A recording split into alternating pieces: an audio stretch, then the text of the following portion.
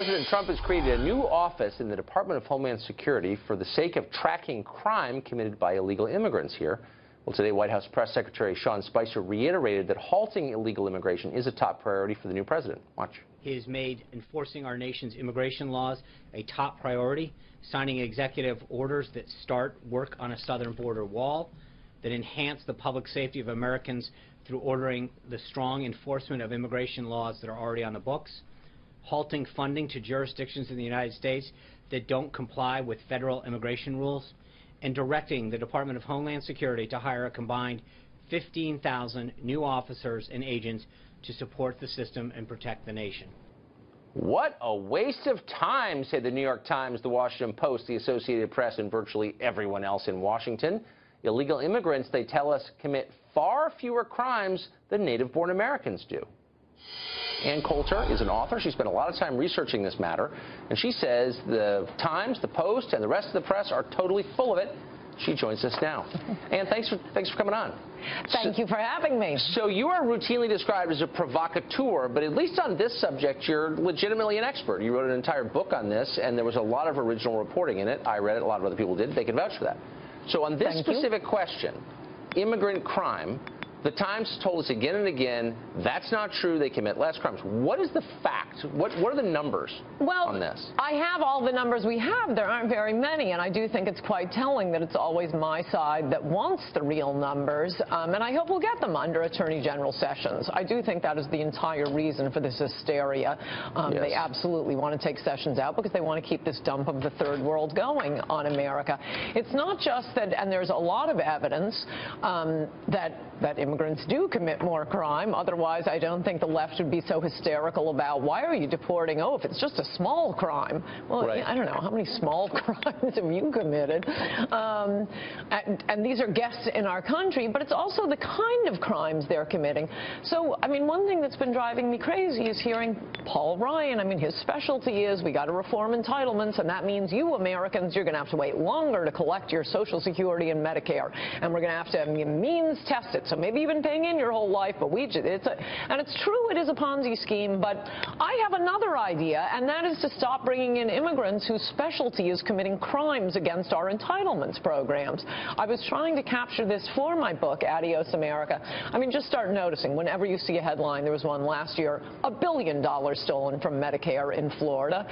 Look at the names and ask yourself, would I have seen these in a phone book in America, 20 years ago?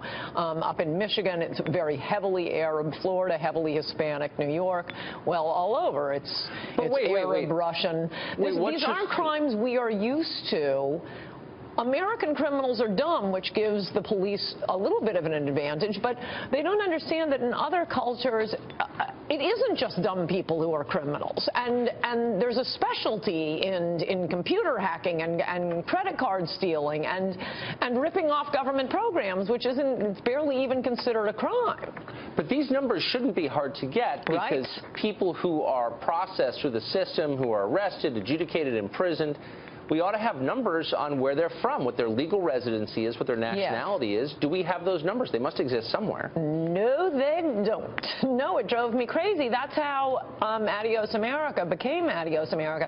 Immigration was going to be just one part of that book.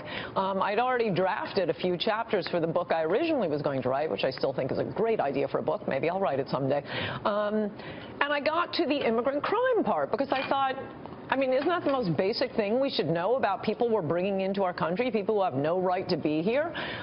Forget about, how much they're contributing to the system or how much they're taking out in welfare. Just how many are committing crimes, what kind of crimes, how much does that cost the country? And I'm a fanatical researcher, and you cannot get that information. Every time I describe the process of what you find when you go looking for it. The census collects all kinds of information. I can tell you, how many Samoans have battery-powered radios, how many Americans have broken stair railings. But if you want to find out how many immigrants are in prison, state or federal, good luck to you. So, I mean, then clearly this is willful, and it's, in effect, a cover-up. It's what's happening in Sweden right now, where the government makes it a policy to lie about the effect of their immigration policy. Yes, that's right. And it's not just that we are bringing in criminals. I mean, you'll always hear, even if it were true that immigrants, and I mean legal and illegal, were committing fewer crimes, no, the number we want is 0.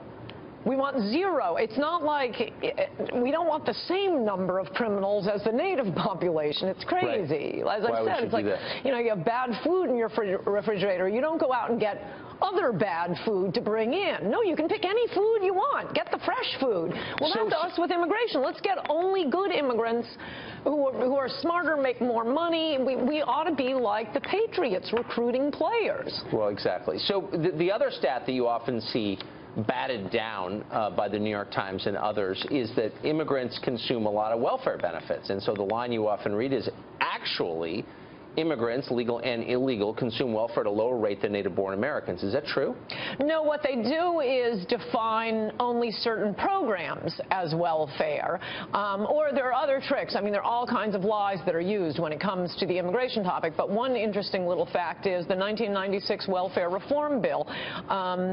As part of that bill, I was working for the Senate Judiciary Committee back then. One of the provisions was immigrants could not collect welfare for the first 5 years they were here. And, you know, across America, people were saying, that's not already the law? No. They were very upset about it at the New York Times, denounced that provision over and over again. That provision, welfare, you can't accept welfare for the first 5 years you're here if you're a guest in our country, was the biggest cost savings of welfare reform. Huh. And it's all been overturned by now, by the way. Thank you.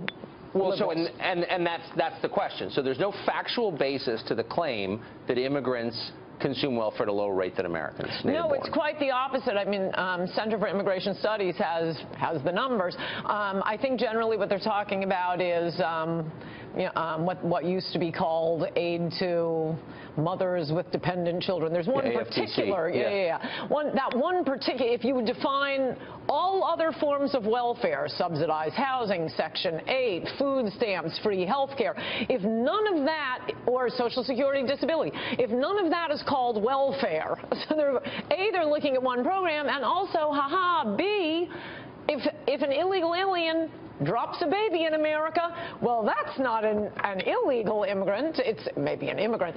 But suddenly the baby is allegedly an American citizen, something no Congress has ever passed that law. No court has ever upheld that. A child born in America is not a citizen, and I hope Trump starts enforcing what the real law is.